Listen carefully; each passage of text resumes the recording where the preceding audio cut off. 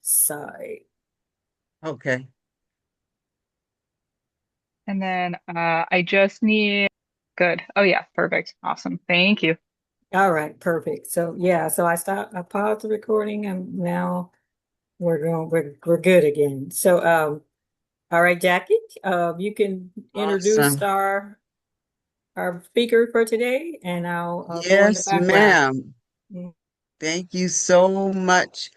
Well, welcome back, Dr. Stephanie Zaleski. We are welcoming her back, giving her a big round of applause.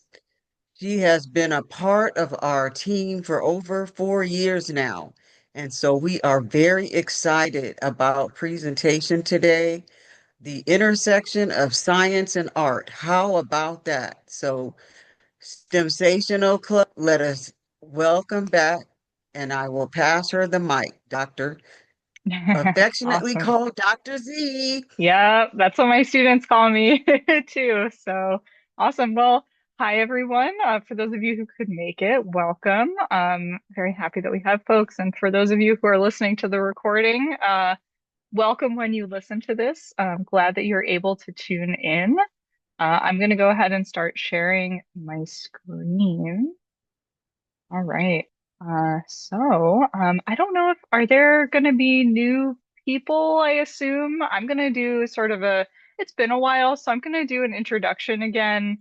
And today we're actually going to talk about we're going to talk about nanotechnology and we're Yeah, going to talk you'll about have no. art. Yeah, I think Awesome. Okay, the perfect. So I'm entire going to introduce myself and a little bit mhm. behind my background of like how I got to the job that I did and sort of like where I went to school and stuff. And then what we're going to talk about today is we are going to talk about nanotechnology. We're going to talk about what that means when we say like nano, what does that actually mean?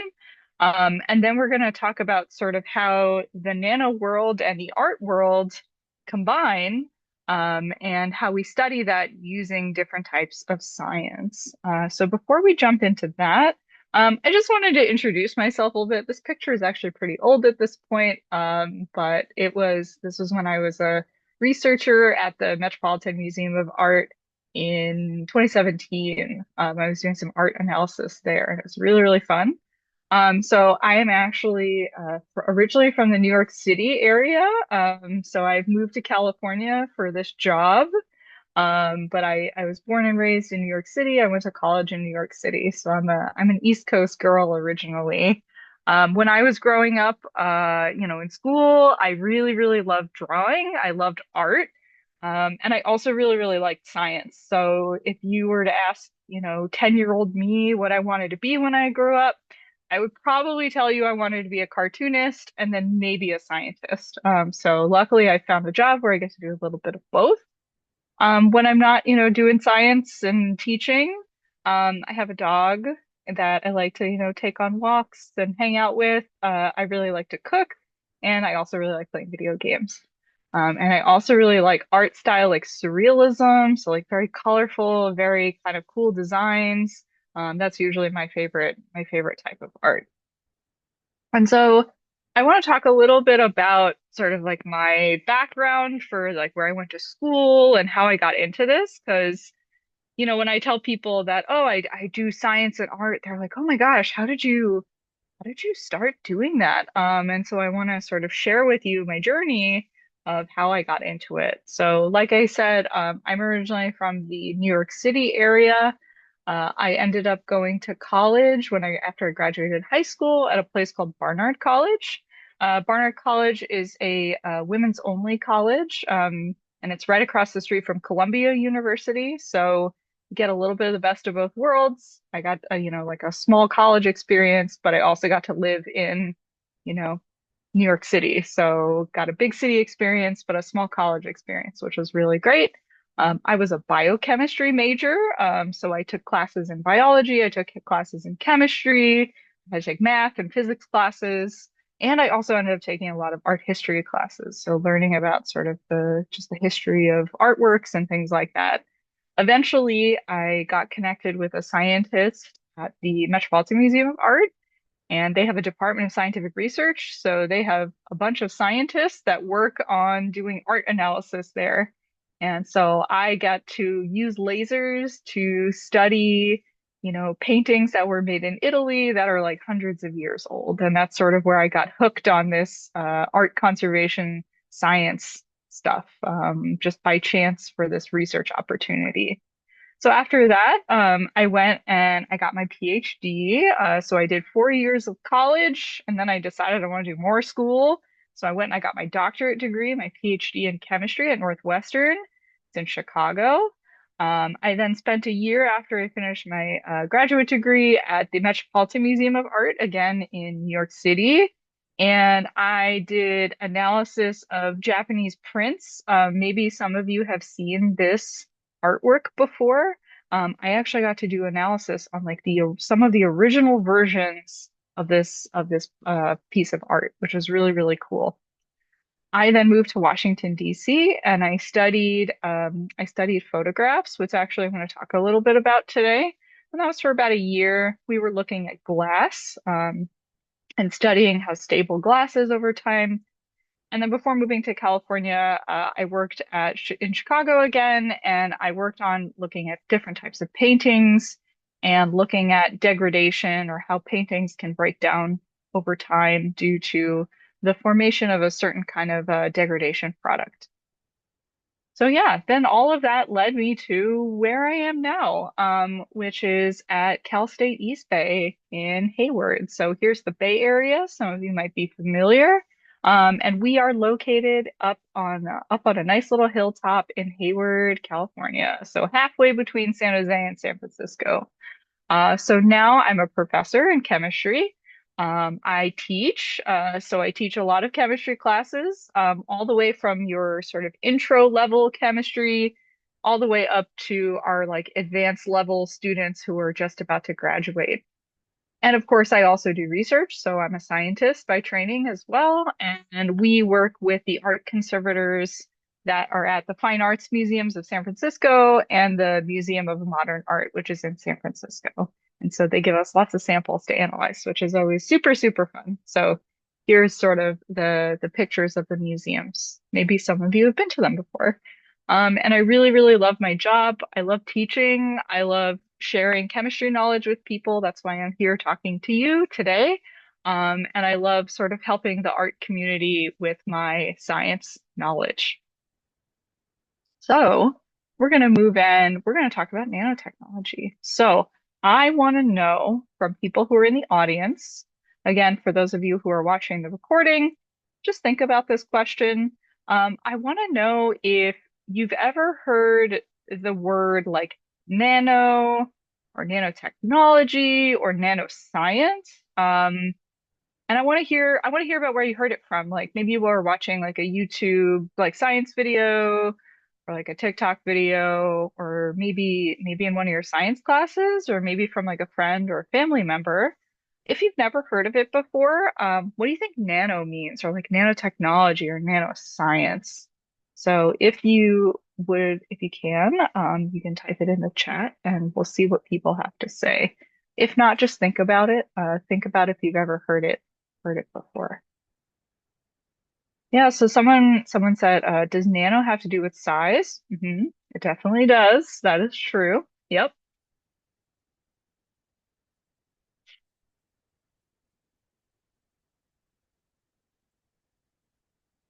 Yeah. Nanotechnology, nanoscience, nanomaterials, lots of nano.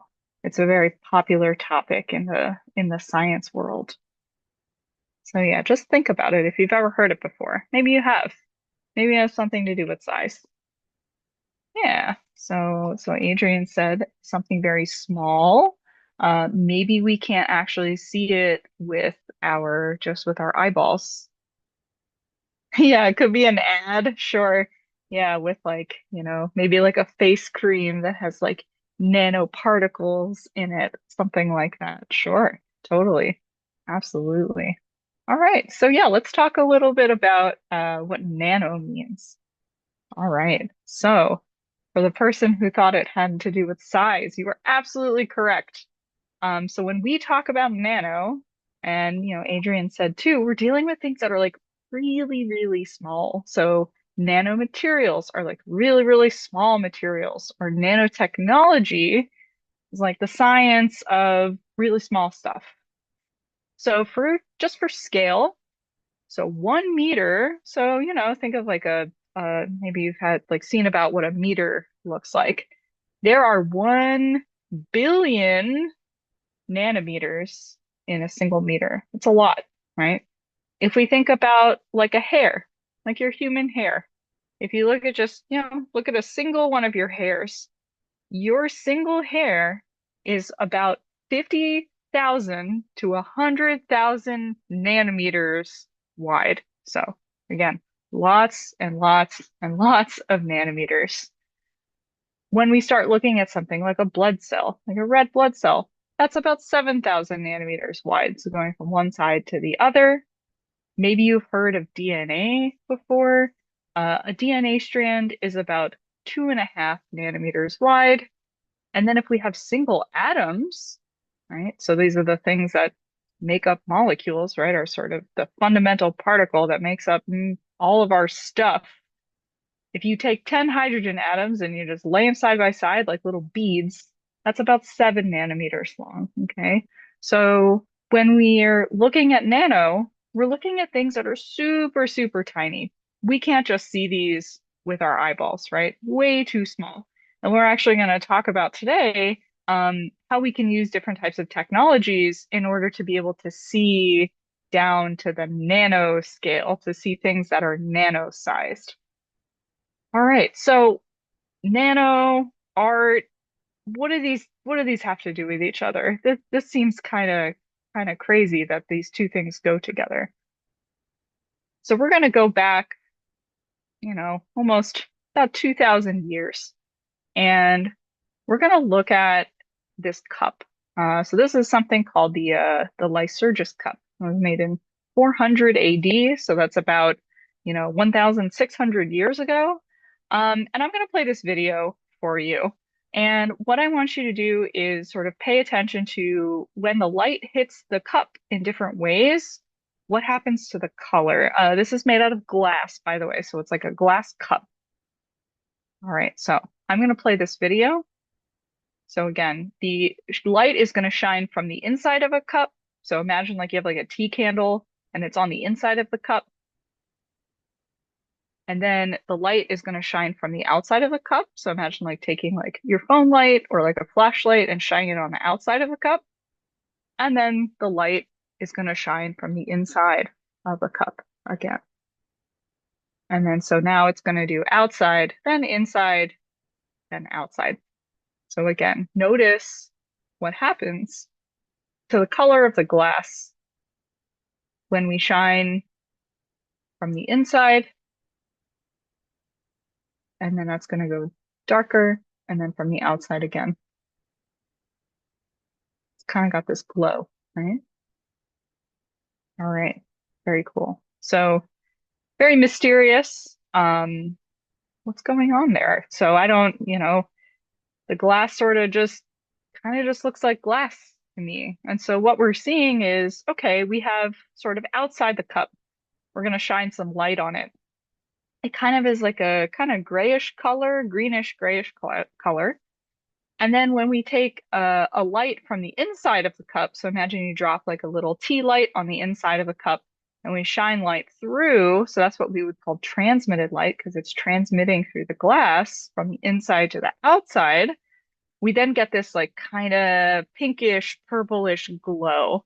And so actually the ancient Romans thought that this glass had like magic properties due to the fact that it sort of had this kind of different color. And it turns out, what's going on here? I don't see any sort of coating or anything like that. Maybe there's some kind of nano thing that's going on here. So some scientists were able to actually take a very small little chip off of the glass and put it in something called an electron microscope. So an electron microscope is a special kind of microscope that allows you to see things down at the nanoscale, so at this really, really small scale. And what they found is they found nanoparticles. So this is just, it looks kind of simple, but if you look at this little line here, this is something called a scale bar. So this is telling us like how big is the thing in the image that we're looking at. So if we look at this line and we compare it to our particle, 50 nanometers. NM is nanometers. This is really, really small. We would not be able to see this with our eyes. And so it turns out that this nanoparticle material is made out of a combination of silver and gold, actually. So when they were making this glass, they were melting down the solid materials to make the glass cup. It turns out that there was a little bit of silver and gold in there, and the silver and gold reacted to form these really small little nanoparticles. Now, these nanoparticles actually have really special properties. They act a little bit different. So, right, if you think about, say, these are gold nanoparticles, and maybe you have a piece of gold jewelry, or somebody who has a piece of gold jewelry. Gold is normally like a yellow color, right? But when it's down, gold particles at the nanoscale interact with light very differently, and it actually gives them this really beautiful sort of ruby red pink color. So nanoparticles are really good at reflecting very specific colors of light. So when we shine light on the surface, the nanoparticles are really good at reflecting certain colors of light, which is going to make it appear green. Okay. Um, they are also really good at absorbing green light. So when something absorbs a certain color, it is going to appear as the opposite color. So as we shine light through the glass, the nanoparticles are actually absorbing that green light and they're letting the complementary color of light pass through, which is why it appears red to us. But then it actually here you're seeing that bouncing off of the green light, which is kind of funky. So it both absorbs and scatters or bounces off these very, very specific colors of light. And researchers actually take advantage of this. They can make nanoparticles that are made out of gold or silver or other different types of materials. They can make spheres, they can make stars, they can make cubes, and they're all slightly different colors because the way that they interact with light is a little bit different. So things are a little bit funky on the nanoscale. And these, Roman glassmakers probably didn't know exactly what they were doing, but it turns out that, they made a really, really special, teeny tiny little thing when they were making their cups. There aren't too many objects like this that exist in modern history. So this is a very, very special item. And I actually got to see it in person a few years ago, and it was really, really cool. All right. The next thing that we're going to talk about, so this is, going back around, hundreds of years. We're kind of in the what I like to call ancient nano realm. So people have been making nano things like nanomaterials without actually knowing that they were making nanomaterials. So these nanomaterials have really special properties and people were making them and, knowing that these materials had special properties, but not actually being able to see so small. We've only been able to kind of see nano for maybe the past, about 50 years or so. Okay. So there's this thing called Damascus steel. So this image that you see here is actually like a close-up image of, I think it's like a sword or something like that. And it has this like really funky pattern. It's called a banding. So steel is an alloy or a solid mixture of iron and carbon. And so the way in which the steel is worked can cause you to have this cool pattern on the surface. So Damascus steel has been around for a very long time. Ancient cultures sort of used it because they knew that it was very strong and flexible and sharp. And it was a very popular material for making things like swords, for example. Um, what's really interesting is that the sort of starting material to make this Damascus steel was actually really brittle. So it wasn't very strong, it wasn't very flexible. And it takes this, you're kind of heating and cooling and heating and cooling and folding it in order to actually convert it into this really strong, flexible steel. Unfortunately, information on how these craftspeople or blacksmiths made this Damascus steel has been lost to history. And many people over, hundreds of years or so have tried to figure out, how do I make this? Like, what's the thing that really, makes it special? So, can we use our sort of modern scientific tools in order to figure out what gives it these, these special properties? So scientists took samples. So they took tiny little pieces from the sword and they used this electron microscope tool again that I mentioned earlier. So again, the electron microscope lets us look down at the nano scale. And so in these two pictures, you can see there's sort of these like kind of funky looking tube structures. You have these like nice little lines. Just again to give you a sense of size, the sort of width of this tube here is about 10 nanometers, so very, very, very small. That's about a few atoms, right, that are kind of linked together. And then this length here is about 15 or so nanometers, so really, really, really, really small. And so these scientists that worked on this sample realized that this sword material had carbon nanotubes in it. This is a little cartoon illustration of like what a carbon nanotube looks like. So each one of these little dots is an individual carbon atom, and then they're connected together by a bond. And you can see that kind of forms this like hex pattern. And so in the right conditions, you can have this formation of this like carbon shapes that then form these really long continuous tubes. These really long continuous tubes are very stable and they're very flexible. And so scientists believe that part of the reason why this Damascus steel has the special properties that it does, because it actually has nanomaterials in it. It's not the only thing, of course, but these carbon nanotubes, they think, might play a really, really big role in why you have this sort of flexibility. Maybe some of you have heard of like carbon nanomaterials or graphene being used for like wearable devices or like protective things. People are doing lots of scientific research on sort of the things that we can do with carbon-based nanomaterials, tubes, sheets, things like that. They have really, really cool special properties. And it turns out that these carbon nanotubes may have existed already for hundreds of years. And we accidentally, the people who are making this did that on purpose, or not on purpose, by accident. They did it by accident. They didn't know they were making carbon nanotubes in their steel. So the next thing that I want to talk about, and I'm pretty much just showcasing here lots of different sort of places that we end up finding nanotechnology, even though people say that nanotechnology wasn't really invented until somewhat recently. It turns around it's actually been with us historically for a really long time.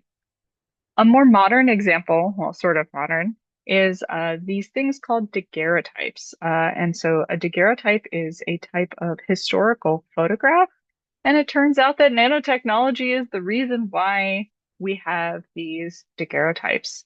Daguerreotypes were a very popular style of photography. It was actually one of the first very widely used methods of photography. So this came around about in the 1860s.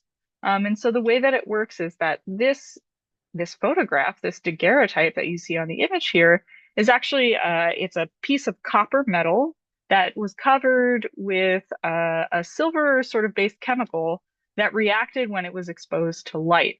And so you can see with different sort of exposures to light that you get an image, and then that image was then developed using other chemicals in order to actually, fix this image on the surface. And so we used our good friend, the electron microscope again, to look at different areas. So this was some research done by one of my colleagues at the Met when I was there in 2017 to look at sort of different regions of the daguerreotype and to see what it looks like on the nano scale. So we're going to start in the middle. So this is sort of this like very bright white shirt area of this woman's dress. And so if we look at it, we see all these little tiny nano particles. So again, this scale bar here tells us that each of these particles is about 500 nanometers wide. So again, very, very, very small. And you can tell that there's a lot of them, right? There's a lot of these nano particles that are made out of silver. If we look at a sort of less bright area, we see these particles, but there aren't quite as many. And then if we look at this dark area over here, where, you wouldn't see a lot of sort of light being reflected off the image, we see these sort of really big crystals. And so it turns out that these crystals don't reflect light super well. So these silver nanoparticles that were forming when the chemical was exposed to light, so really bright areas, is actually what gives us our image are these silver nanoparticles. And so there are lots of researchers now that are studying how to preserve these. So some of these are degrading now. And so researchers are trying to understand why they're degrading and how to sort of keep them in the best shape. But what's super cool about them is that the sort of crispness of the image, like this almost looks like, something you could take on a modern day camera, but this was made in, the 1850s, 1860s. So a very long time ago. But thanks to nanotechnology, we're able to take really, really high quality photographs, even, about 150 or so, almost 200 years ago.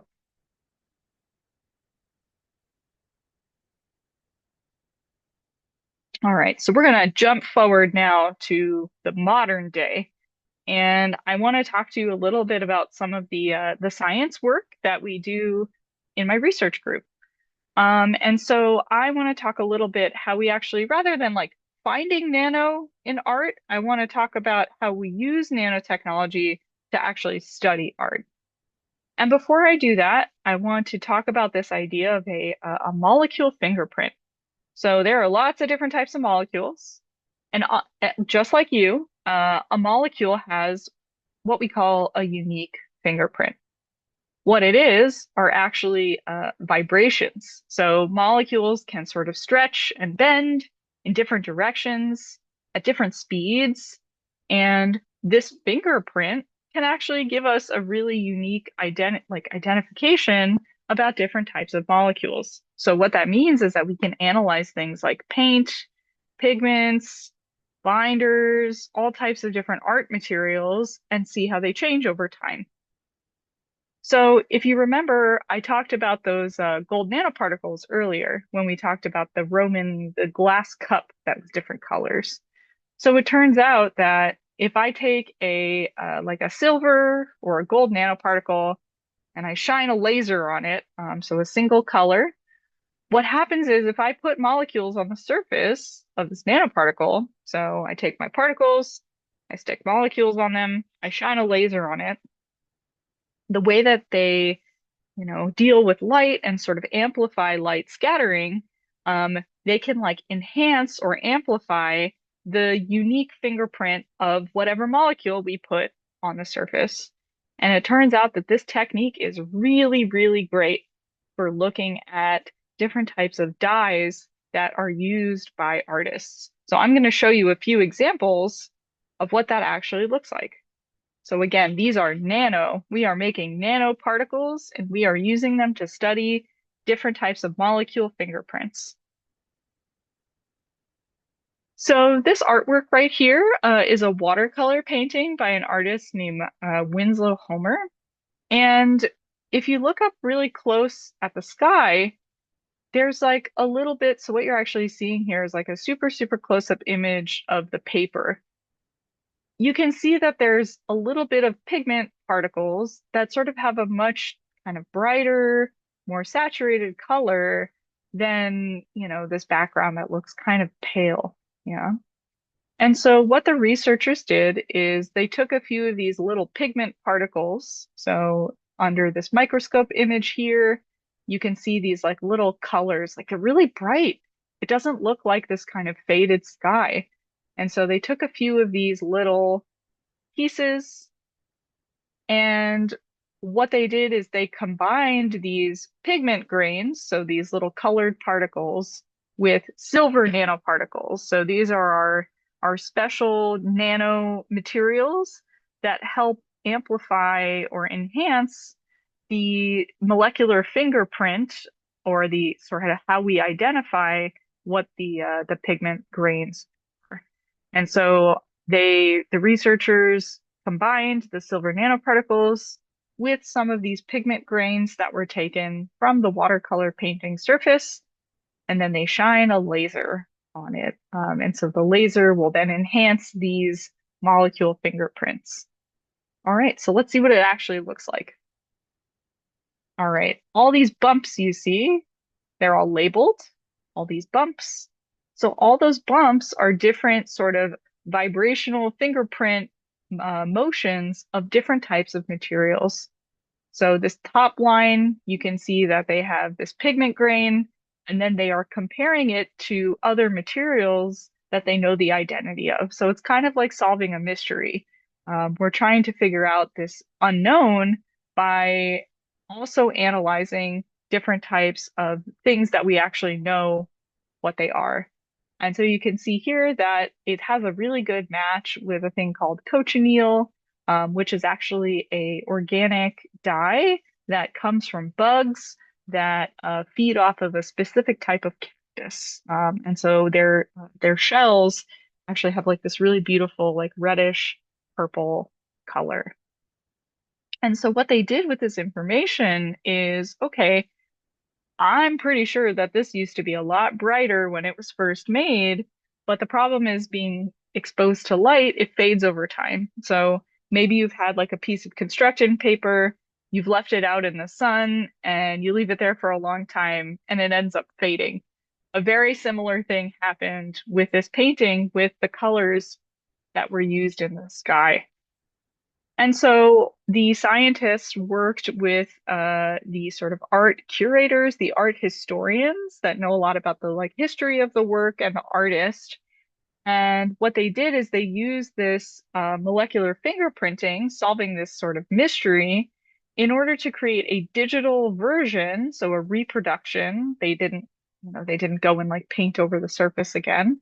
What they did is they actually created another digital version, but then they helped to sort of better understand what was the artwork, what did it look like when it was first made? It's faded a lot because of just interaction with the sun and fading from the sun.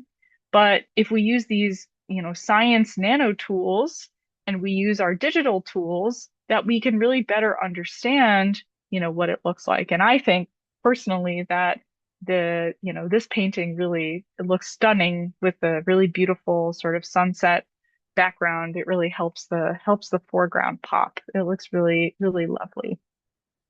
So yeah, this really shows us that we can sort of take advantage of how materials act on the nano scale in order to help us sort of solve mysteries about art degradation.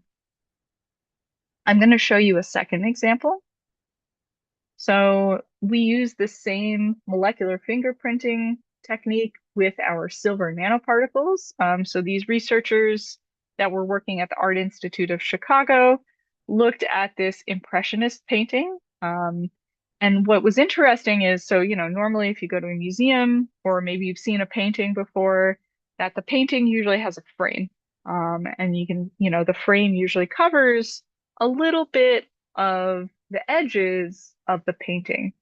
And so what they found when they took the painting out of the frame is that the edges of the painting, so the very edge of the painting, this is a close up of it. Can you see how half of this area is like very sort of, again, it looks like a piece of construction paper that you've left out in the sun for too long. And then here you have the color is like really rich red color. And so what they did is they took samples. So they took little teeny tiny microscopic pieces of the painting because you can't take really big chunks. What they did is they took really, really small pieces of the painting at this edge on the side and then at this edge on the corner. So if you look at these images here, what you're seeing is sort of where they actually took the samples from. So you can see that the color is really rich and saturated, and it's like this really beautiful red color. These are what the samples end up looking like. So they're like millimeters wide. And you can see again that you've got this like really beautiful sort of dark red color. And so what they did is they then took this sample, they combined it with the silver nanoparticles to, enhance the molecular fingerprint of the dyes that were used to make this beautiful red color. And again, here is that sort of this pattern. So all of these big bumps here that are labeled, and you see these spikes, all of those represent different vibrations. So different parts of the molecular fingerprint that we are enhancing with our silver nanoparticles.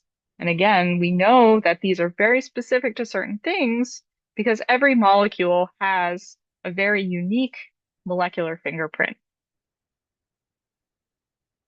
All right. So the artists or the scientists worked with the art historians. Both of these examples actually were done at the Art Institute of Chicago. It's a really awesome art museum. So if you ever get to go to Chicago, I highly recommend stopping by and checking out the art. But what they did is, again, they sort of collaborated with the art historians and they did a digital restoration based on the science results from our nanoparticle analysis and, did a digital reconstruction of, oh, when this painting was first made, uh, before it faded from the sun, from the light, this is probably what the background looked like. And again, seeing these side by side, similar to the Winslow Homer watercolor painting, it really makes a difference. And this is really important for when art conservators and art historians, study these paintings, try to understand their history, try to understand the meaning, having a better idea of, what something looked like when it was first made and what the artist was sort of thinking with their design is super, super important. So this just shows you that you can use nanotechnology to help sort of inform the study of things like paintings, which I just think is super, super cool. All right, so I know it's a little short today, but that's just sort of my showcase of, how we have discovered nanoscience in history, and also how we can use modern nanotechnology to help us solve questions related to the conservation and preservation of special works of art. So thank you so much for your time. I always love coming here and talking to you guys about this stuff, and I would be happy to take any questions. I have a question that I don't think I ever asked you as many times as you've been here. But the question is, the technology that we use today, is that what we're using to find some of uh, the nanotechnology from the past? The reason Yeah. Uh-huh. the Yep. reason why we couldn't find it sooner, is it like technology getting better or Yeah. So a great example of that would to be to solve this sort of mystery of this the Roman glass, the Lycurgus cup, right? Is that people sort of knew starting in about the 1800s, people were starting to realize like, okay, we have things that exist on this really small scale. Like people were starting to get this idea of like atoms and molecules, right? We have these things on a really small scale that interact with light in a very special way, but we didn't quite, we needed to sort of develop the tools to actually be able to measure or to see these things at the nanoscale. And so the development of techniques like electron microscopes really has just, and a thing called a scanning tunneling microscope has really sort of, enhanced how we can better understand the nano world because we can literally see down to that scale now, like down to the nanoscale. There are some special, very expensive microscopes that exist now that you can actually resolve like individual atoms in a molecule. It is super, super cool. That people have been able to actually like look at single molecules by a very special microscope. It's really amazing that we can do that. Yeah, it is. And it's weird to me because it seems like what they were doing in the 1800s, you mentioned time period, how they were able to shrink something that small where Hmm. we possibly couldn't even see it before, Yep. right? Yeah. And the again like the sort of use of nanoparticles come up a lot in like stained glass because of the way that the glass is made. It's just a sort of happy accident, right? Of the chemistry of what goes on. The same thing with the Damascus steel is that, it was just the perfect conditions, and it turns out that they were making carbon nanotubes, right? Hmm. They didn't know that they were doing it, but there was this, I guess, knowledge that like, oh, this is special somehow. We're not able to actually see like what is making it special, like at that nano scale. Yeah. Wow. Yeah. Amazing. That's And, very and, cool. and thank you too, because these are new for me. I haven't seen these before, so it was nice to be able to look at some of the new stuff that you have here. And the kids are they're gonna love it because not only that, we have to bring you back again, which is a good thing, so that they can Yeah. see you live. So I'll get with you to give you some Yeah. dates on the I calendar. to since we'll have it's on the record now, I would love to talk a little bit about color and like where color comes from and like different types of color in nature. There's lots of really cool stuff there. So Oh, maybe a little perfect. bit different than art, but we're still talking about color. So Yeah. I think it still makes sense. Good. So, Nisha, look, if you like this presentation, look out for one in the future because we're going to bring her back to talk to the Yes, I'll be kids. back in the spring probably. I do Yeah. usually one in the fall and one in the And one in the spring. spring. And So you're right, because we're right in about like February, March time frame perfect. with the calendar. But Awesome. the seventh, eighth graders will be back by then. So we just make sure we don't do it on their spring break. But Yes, um that's important. yes. So anyway, thank you. I'm going to stop this recording real quick Sounds and good.